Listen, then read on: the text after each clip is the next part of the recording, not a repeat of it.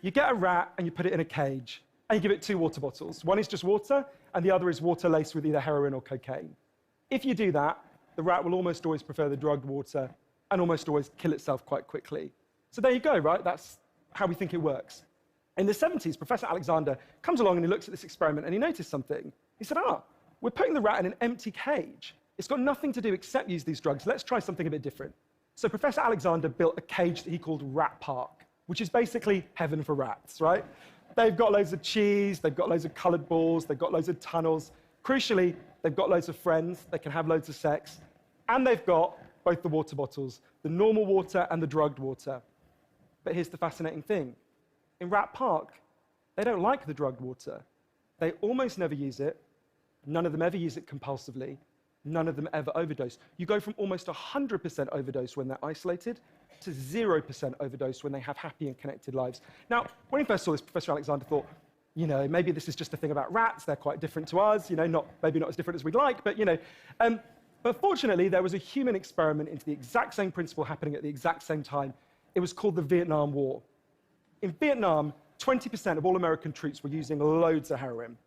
And if you look at the news reports from the time, they were really worried because they thought, my God, we're going to have hundreds of thousands of junkies on the streets of the United States when the war ends.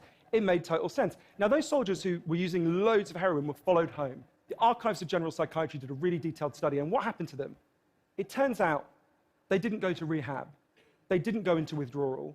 95% of them just stopped. Now, if you believe the story about chemical hooks, that makes absolutely no sense. But Professor Alexander began to think there might be a different story about addiction. He said, what if addiction isn't about your chemical hooks? What if addiction is about your cage? What if addiction is an adaptation to your environment? Looking at this, there was another professor called Peter Cohen in the Netherlands who said, maybe we shouldn't even call it addiction. Maybe we should call it bonding.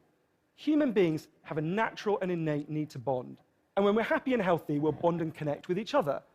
But if you can't do that because you're traumatized or isolated or beaten down by life, you will bond with something that will give you some sense of relief. Now, that might be gambling, that might be pornography, that might be cocaine, that might be cannabis, but you will bond and connect with something because that's our nature.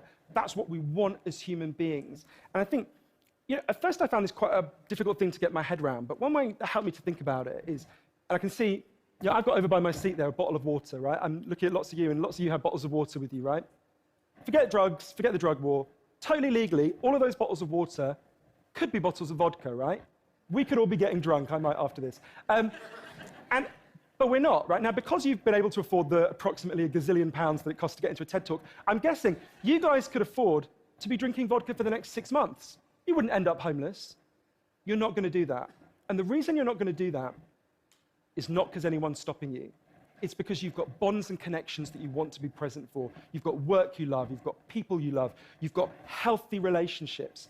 And a core part of addiction, I came to think, and I believe the evidence suggests, is about not being able to bear to be present in your life. Now, this has really significant implications. The most obvious implications are for the war on drugs, right? In Arizona, I went out with a group of women who were made to wear T-shirts saying I was a drug addict and go out on chain gangs and dig graves while members of the public could jeer at them. And when those women get out of prison, they're going to have criminal records that mean they'll never work in the legal economy again. Now, that's a very extreme example, obviously, in the case of the chain gang, but actually almost everywhere in the world we treat addicts to some degree like that. We punish them, we shame them, we give them criminal records, we put barriers between them reconnecting. There was a doctor in Canada, Dr. Gabor Mate, an amazing man, who said to me, if you wanted to design a system that would make addiction worse, you would design that system. Now, there's a place that decided to do the exact opposite, and I went there to see how it worked. In the year 2000, Portugal had one of the worst drug problems in Europe. 1% of the population was addicted to heroin, which is kind of mind-blowing. And every year, they tried the American way more and more. They punished people and stigmatized them and shamed them more. And every year, the problem got worse. And one day, the Prime Minister and the leader of the opposition got together and basically said, look, we can't go on with a country where we're having ever more people becoming heroin addicts. Let's set up a panel of scientists and doctors to figure out what would genuinely solve the problem. And they set up a panel led by an amazing man called Dr. João Goulão to look at all this new evidence. And they came back and they said, decriminalize all drugs, from cannabis to crack. But, and this is the crucial next step, take all the money we used to spend on cutting addicts off, on disconnecting them, and spend it instead on reconnecting them with the society. And it's interesting, that's not really what we think of. What they did wasn't really what we think of as drug treatment in the United States and Britain. So they do residential rehab, they do psychological therapy that does have some value. But the biggest thing they did was the complete opposite of what we do. A massive program of job creation for addicts and microloans for addicts to set up small businesses. So say you used to be a mechanic. When you're ready, they go to a garage and they'll say, if you employ this guy for a year, we'll pay half his wages. The goal was to make sure that every addict in Portugal had something to get out of bed for in the morning. And when I went and met the addicts in Portugal, it was fascinating. What they said is, as they rediscovered purpose, they rediscovered bonds and relationships with the wider society. It'll be 15 years this year since that experiment began, and the results are in. Injecting drug use is down in Portugal, according to the British Journal of Criminology, by 50%, 50%. Overdose is massively down. HIV is massively down among addicts. Addiction in every study is significantly down. One of the ways you know it's worked so well is that almost nobody in Portugal wants to go back to the old system. Now, that's the kind of political implications. I actually think there's a layer of implications to all this research below that. You know, we live in a culture where people feel really increasingly vulnerable to all sorts of addictions, whether it's to their smartphones or to shopping or to eating. You know, before these talks began, you guys know this, that we were told we weren't allowed to have our smartphones on. And I have to say, a lot of you looked an awful lot like addicts who were being told their dealer was going to be unavailable for the next couple of hours. And, you know, a lot of us feel like that. And it might sound weird to say, oh, you know, I've been talking about how disconnection is a major driver of addiction. It's weird to say it's growing because you think, well, we're the most connected society there's ever been, surely. But I increasingly began to think that the connections we have, we think we have, are like a kind of parody of human connection. If you have a crisis in your life, you'll notice something. It won't be your Twitter followers who come to sit with you. It won't be your Facebook friends who help you turn it round. It'll be your flesh and blood friends who you have deep and nuanced and textured face-to-face relationships with.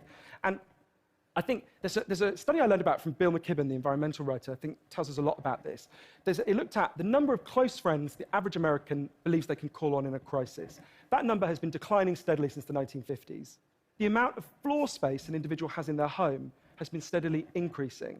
And I think that's like a metaphor for the choice we've made as a culture, right? We've traded floor space for friends, we've traded stuff for connections, and the result is that we are one of the loneliest societies there has ever been. And yet, Bruce Alexander, the guy who did the Rat Park experiment, says, we talk all the time in addiction about individual recovery, and it's right to talk about that, but we need to talk much more about social recovery. Something's gone wrong with us, not just as individuals, but as a group. And we've created a society where, for a lot of us, life looks a whole lot more like that isolated cage and a whole lot less like Rat Park.